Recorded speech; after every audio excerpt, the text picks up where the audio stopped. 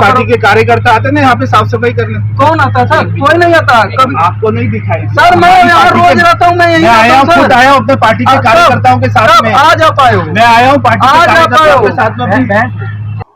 Bharatiya Janata party के नेता खुलेआम अफसरों को धमकाएं, उन्हें मारने की धमकी दें, खुलेआम बलात्कारियों के पक्ष में सामने उभर कर आए। इन पर कोई काबू नहीं है, इन पर कोई लगाम नहीं है। प्रधानमंत्री नरेंद्र मोदी, आप तो बेटी बचाओ बेटी पढ़ाओ की बात करते हैं और आपके सांसद, मंत्री और विधायक कर क्या रहे हैं? सबसे पहले दोस्तों मैं आपको दिल्ली लेकर चलना चाहूंगा। आपके स्क्रीन पर यह है प्रवेश साहिब सिंह, सांसद है। इनके पिता साहिब सिंह वर्मा हुआ करते थे एक निहायत ही सौम्य स्वभाव के बीजेपी के नेता, जो एक जमाने में मुख्यमंत्री थे, मगर उनका ये पुत्र है। मैं आपको एक वीडियो दिखाना चाहता हूं दोस्तों। जैसे कि आप जानते हैं छठ पूजा होने वाली है। दिल्ली जल बोर्ड का एक अधिकारी जो है वो पहुंचता है और जहां पर लोग डुबकी लगाने वाले होते हैं वहां पर वो कुछ छिड़काव करना चाहता है, पानी को साफ करना चाहता है। देखिए प्रवेश साहिब सिंह न सिर्फ उसको धमकाता है बल्कि उसके सिर पर केमिकल डालने की बात करता है और गाली गलौज करता है। मैं चाहूंगा आप ये पूरा वीडियो सुनिए, फिर मैं उसकी बात करता हूं। एमसीजी से अप्रूव्ड है तो ये तुमको 8 साल में ध्यान आ रहा है, ये अप्रूव्ड है। ये लीजिए आप। ये तेरे को 8 साल में ध्यान आ रहा है, ये अप्रूव्ड है। क्या बात है सर? आप इतना क्यों गुस्सा कर रहे हैं? क्यों गुस्सा कर रहे हैं? एक तो हम यहाँ पे लोगों को मार रहे हो तुम। 8 साल में तुम इसको साफ नहीं कर कौन पाए। मार रहा है? आपको कैसा लग रहा है कि लोग मर रहे हैं इससे? अरे तू इसमें डुबकी लगा चल अभी। किस में?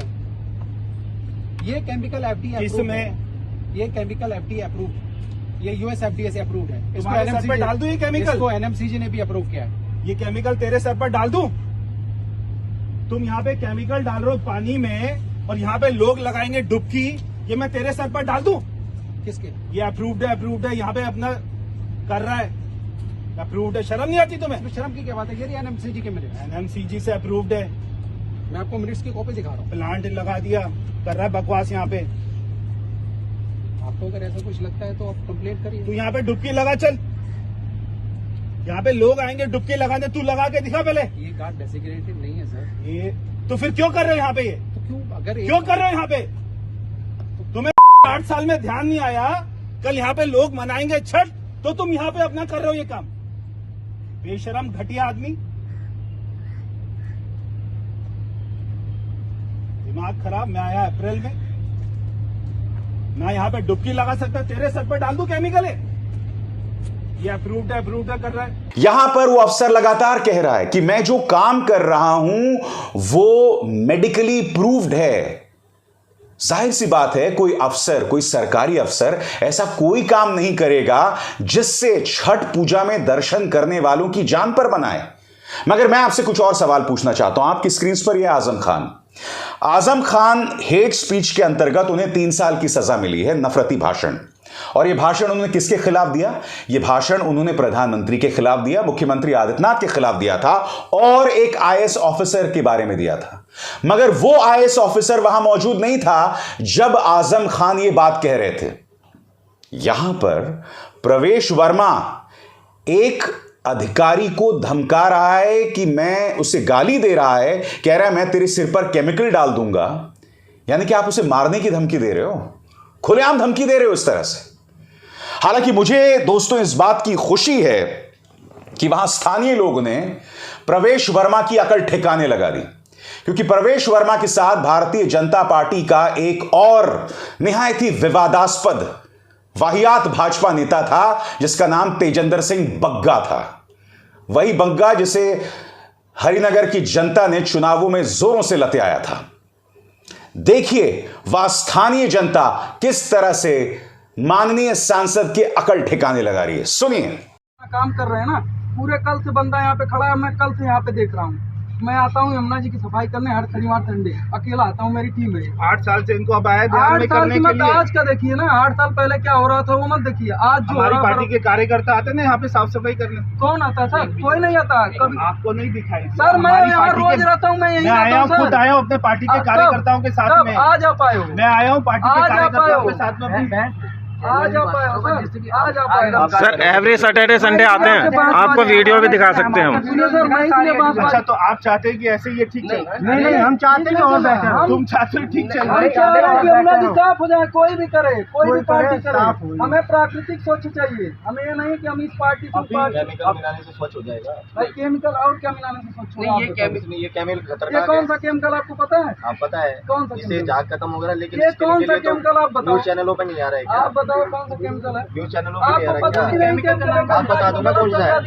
आपको पता है कौन सा केमिकल है? से आया हो सर्टिफाइड हो, आप कुछ भी बोले जा रहे हो भैया। पहले समझो, अधिकारी एक बंदा है, इतना ऊपर पोस्ट है, क्या करके आया? नेता नहीं बन के काम चलता है। अधिकारी जो है बंदा यहाँ पे अरे प्लांट तुमको पता लगाया ही नहीं हुआ है है। तुम क्या कर रहे हो, सर, तुम हमें क्या खुद बात कर पता रहे है, हो, तुम्हें हमें पता ही पता है नहीं कि हम है। जो बोल रहे हैं बहुत सही बोल रहे हैं। आप जो तुम बोल रहे हो गलत बोल रहे हो। करके बात कर रहे हो। तुम ऐसे ही आना शनिवार को, तुम ऐसे ही हम आना नहीं बता शनिवार सकते आपको, आप हमसे पूछ भी नहीं सकते हो। हम आपसे पूछ सकते हैं, आप हमसे उल्टे मैं बताऊंगा। पूछो ना। सिलिकॉन मैं फिर कह रहा हूं दोस्तों, भारतीय जनता पार्टी के नेताओं पर कोई लगाम नहीं है। और मैं देश के प्रधानमंत्री से अपील करना चाहता हूं कि आप इस तरह से बेकाबू नेताओं के जरिए जनता में क्या संदेश देना चाहते हैं? क्या आप जनता में इस तरह का आतंक पैदा करवाएंगे? क्या इन पर कोई लगाम नहीं, ये कुछ भी कर सकते हैं? अब मैं आपको एक और मिसाल देना चाहता हूं। जैसा कि आप जानते हैं कि बलात्कार और हत्या का आरोपी नहीं, गुनहगार राम रहीम रिहा है।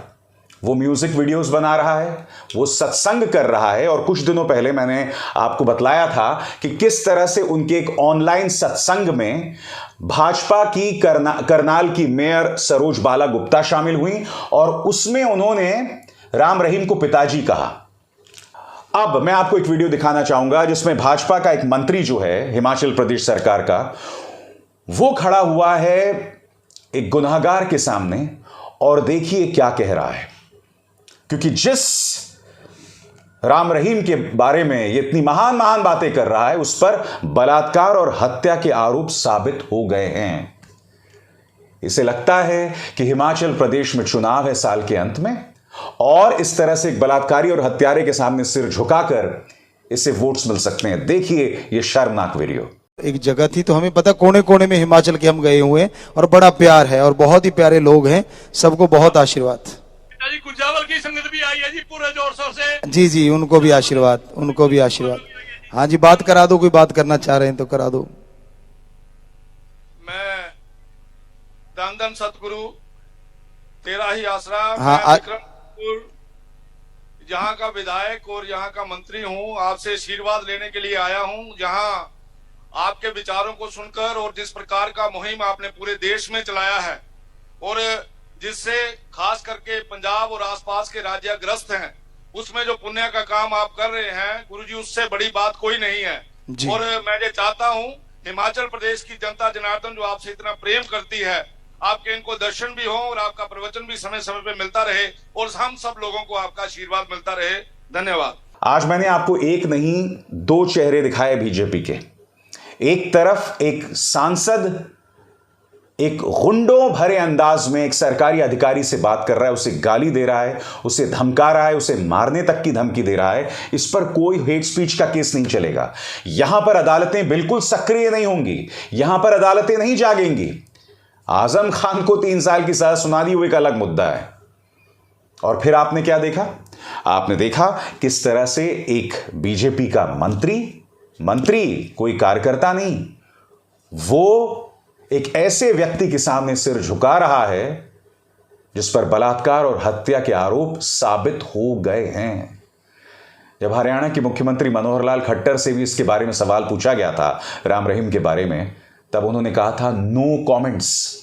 नहीं खट्टर साहब, आपके उस नो कमेंट्स में भारतीय जनता पार्टी की हकीकत सामने उभर कर आ गई है।